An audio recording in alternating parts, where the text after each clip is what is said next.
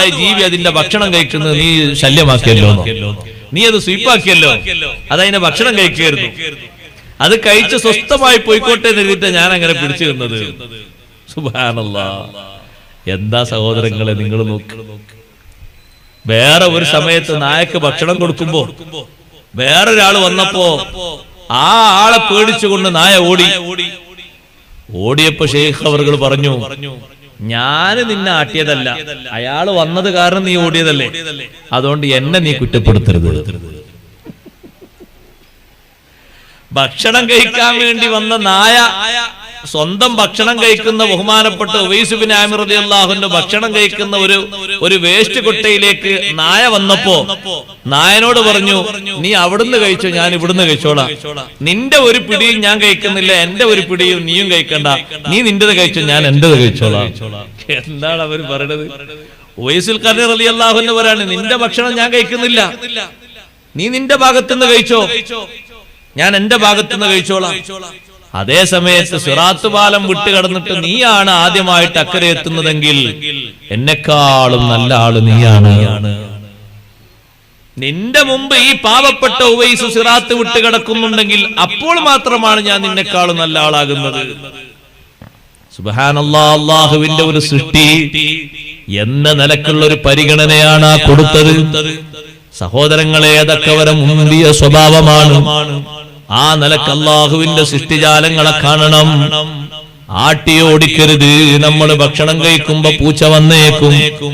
നമുക്ക് ഭക്ഷണം തരാൻ അല്ലാഹു കാരണമാക്കിയത് ഒരു പക്ഷേ പൂച്ചക്ക് നമ്മൾ ഭക്ഷണം കൊടുക്കുന്നത് കൊണ്ടാകും, കോഴിക്ക് ഭക്ഷണം കൊടുക്കുന്നത് കൊണ്ടാകും, നായക്ക് ഭക്ഷണം കൊടുക്കുന്നത് കൊണ്ടാകും. ഇതിന്റെ എല്ലാം ഖാലിഖ് ഒന്ന് തന്നെയാണ്. വിശന്ന് വലഞ്ഞ നായക്ക് ഭക്ഷണം കൊടുത്തത് കൊണ്ട്, വെള്ളം കോരി കൊടുത്തത് കൊണ്ടല്ലേ വേശ്യാവൃത്തി ചെയ്ത മനുഷ്യന് അല്ലാഹു തആല പുറത്തു കൊടുത്തത്.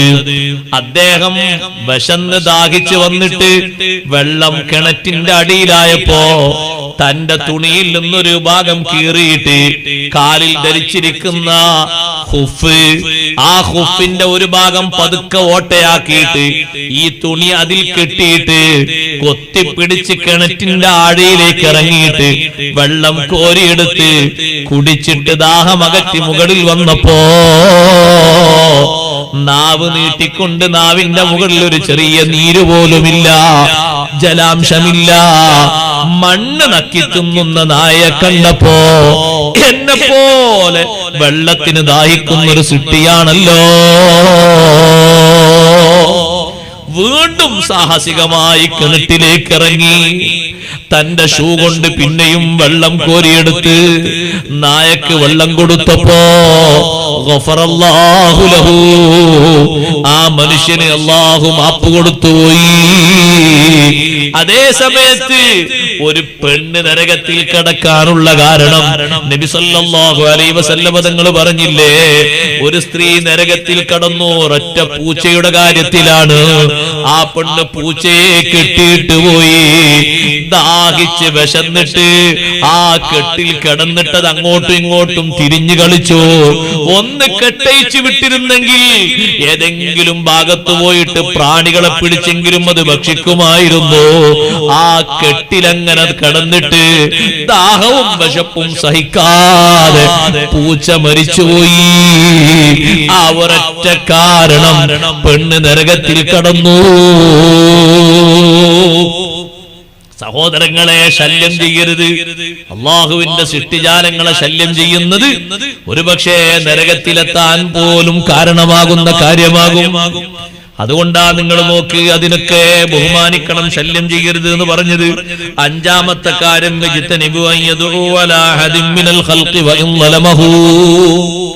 ഒരാൾക്കും പ്രതികൂലമായി ദ്വാരക്കാതിരിക്കാതിരിക്കുക. എത്ര അക്രമം ചെയ്താൽ പ്രതികൂലമായ ദ്വാരക്കാതിരിക്കുക. നമ്മൾ ഉസ്താദുമാരിൽ നിന്ന് നമ്മൾ പകർത്തേണ്ട സ്വഭാവം കൂടിയാണ്. അവരാര് എന്ത് നിങ്ങളെ എതിർത്ത അയാൾ പ്രസംഗിച്ചു, ഇയാൾ പറഞ്ഞു, മറ്റാൾ പറഞ്ഞു എന്ന് പറഞ്ഞാലും അയാൾക്ക് അല്ലാഹു പുറത്തു കൊടുക്കട്ടെ എന്ന് പറയും. ഇങ്ങനെ പറയും. നമ്മളെ ഇമാമല്ലേ ഇമാം ഷാഫി റളിയല്ലാഹു അൻഹു, ഷാഫി ഇമാം റളിയല്ലാഹു അൻഹു വന്നിട്ട് ശിഷ്യന്മാരോട് ഉസ്താദെ നിങ്ങളെ പറ്റി മറ്റേ ആൾ അവിടെ അങ്ങനെ പറഞ്ഞു, അല്ലാഹുക്ക് മാപ്പ് കൊടുക്കട്ടെ എന്ന് പറയും. അങ്ങനെ തീർക്കുന്നത്. അള്ളാഹ്ക്ക് പുറത്തു കൊടുക്കട്ടെ, അള്ളാഹ്ക്ക് മഗ്ഫിറത്ത് കൊടുക്കട്ടെ. പ്രതികൂലമായിട്ട് ഒറ്റ തീർക്കില്ല, ഒരാൾക്കും എതിരായിട്ട് തീർക്കൂല.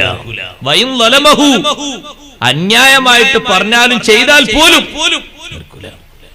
ഇമാം ഷാഫി റളിയല്ലാഹു അൻഹു മരിക്കാൻ വേണ്ടി വരെയായിരുന്നില്ലേ ഒരു പണ്ഡിതൻ. അപ്പോൾ ഷാഫി ഇമാം റളിയല്ലാഹു അൻഹു പറഞ്ഞു, അദ്ദേഹത്തിന് അല്ലാഹു തആല പുറത്തു കൊടുക്കട്ടെ. എന്താണ് അവരുടെ ഖൽബിന്റെ തെളിച്ചം, എന്താണ് അവരുടെ സ്വഭാവം? ഒരാൾക്കും എതിരായിട്ട് തീർക്കൂല. മാത്രല്ല ഫലാ യഖ്തഉഹു ബിലിസാനിഹി, നാവ് കൊണ്ട് അയാളെ മുറിച്ചു കളയൂല.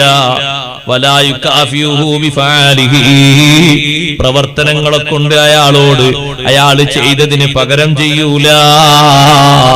യഹ്തമിലു ദാലിക ലില്ലാഹി തബാറക വതആല, എന്തൊരാൾ എതിര് ചെയ്താലും അല്ലാഹുവിന് വേണ്ടി സഹിക്കുന്നു.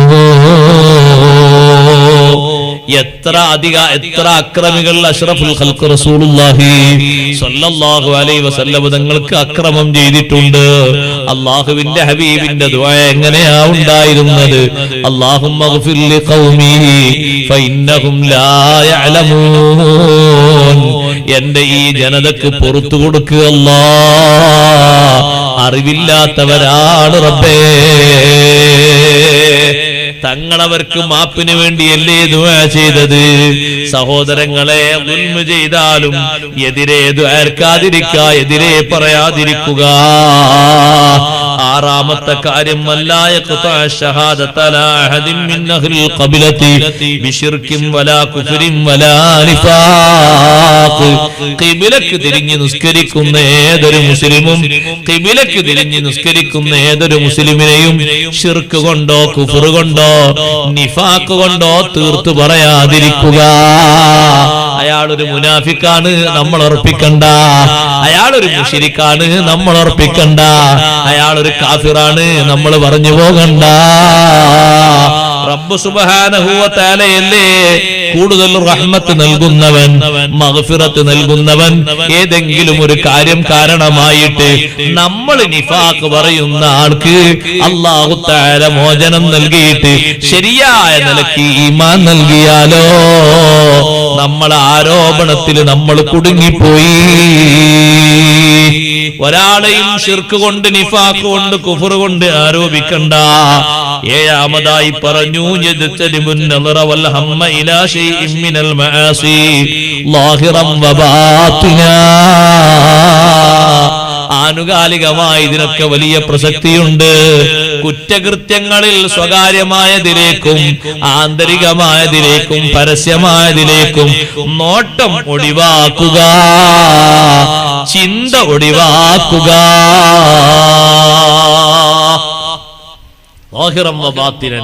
പരസ്യമായിട്ടുള്ള മാസ്യത്തിലേക്കും നോക്കരുത്, രഹസ്യമായിട്ടിലേക്കും നോക്കരുത്. രഹസ്യമായതിലേക്ക് നോക്കിയാൽ പിന്നെ പരസ്യമായതിലേക്ക് നോക്കാൻ വ്യഗ്രത കൂടും, താല്പര്യം കൂടും. അതിന് ഒരു ചാൻസ് കിട്ടാൻ വേണ്ടി മനസ്സങ്ങനെ മോഹിക്കും. അങ്ങനെ ഒരു ചിന്ത വേണ്ട. അനാവശ്യമായ രൂപങ്ങൾ കാണാൻ ഉപകരണങ്ങളിൽ സൗകര്യങ്ങളുണ്ട്, പക്ഷേ നമ്മൾ നോക്കിപ്പോകരുത്, നമ്മൾ ഭട്ടണമർത്തിപ്പോകരുത്. നമ്മളവിടെ സൂക്ഷ്മത പാലിക്കണം, ശ്രദ്ധിക്കണം. കഴിവിന്റെ പരമാവധി നമ്മുടെ മനസ്സിനെയും ശരീരത്തെയും പിടിച്ചു വെക്കണം. അത് വലിയൊരു കഴിവാണ്. ബാത്തിനായ നിലക്ക് അതിലൂടെ കണ്ടാൽ പിന്നെ ലാഹിറായ നിലക്ക് പലതും കാണാൻ മോഹിക്കും, അതിന്റെ വഴികൾ തേടും. അത് കാണാൻ വേണ്ടി ആളുകൾ തത്രപ്പാടായി കളിക്കും. ലാഹിറൻ വബാത്തിനൻ രണ്ടും വേണ്ട, നോട്ടവും വേണ്ട, അങ്ങനെ ഒരു ചിന്തയും വേണ്ട. എട്ടാമത്തെ കാര്യം പറഞ്ഞു, യജ്തനിബു അൻ യജഅല അലാ അഹദിൻ മിനൽ ഖൽഖി മിൻഹും ഉനതൻ സഗീറതൻ വലാ കബീറാ. നമ്മുടെ ഒരു ഭാരിച്ച ഉത്തരവാദിത്വം, ഭാരിച്ച ചെലവ്, ഒരു ചെറിയ ചെലവ് പോലും വലിയ ചെലവ് പോലും ഒരാളെ മേൽ വെച്ച് കെട്ടരുത്. നമ്മൾ കാരണം മറ്റൊരാൾക്ക് പ്രയാസം ഉണ്ടാകുന്ന ഒരു സ്വഭാവം ഉണ്ടാക്കരുത്. പിന്നെയോ ആളുകളോടൊന്നും ചോദിക്കാതെ നിനക്ക് സംഭാവനയായിട്ട് നിന്നോടുള്ള സ്നേഹം കൊണ്ട് വല്ലതും ആളുകൾ തന്നാലോ നീ അത് സ്വീകരിച്ചോളൂ, അതിന് തകരാറില്ല. നിന്റെ ചെലവ് മുഴുവനും ജനങ്ങളെ മേൽ നീ അടിച്ചേൽപ്പിക്കരുത്. അത് ചെറിയ ചെലവാകട്ടെ വലിയ ചെലവാകട്ടെ, നിന്നോടുള്ള താല്പര്യം കൊണ്ട് സന്തോഷം കൊണ്ട് അവർക്ക് കൂലി കിട്ടണമെന്ന് ആഗ്രഹിച്ചിട്ട് ഏതെങ്കിലും ആളുകൾ നീ യാചിക്കാതെ ഒന്നും പറയാതെ അതിനുവേണ്ടി വെളിവാകാതെ നിനക്ക് വല്ലതും തന്നാലോ നിനക്കത് സ്വീകരിക്കുന്നതിന് വിരോധവുമില്ല. സുബ്ഹാനല്ലാഹ്. ബഹുമാനപ്പെട്ടവർ പറയുന്നു, 9ാമത്തെ കാര്യം,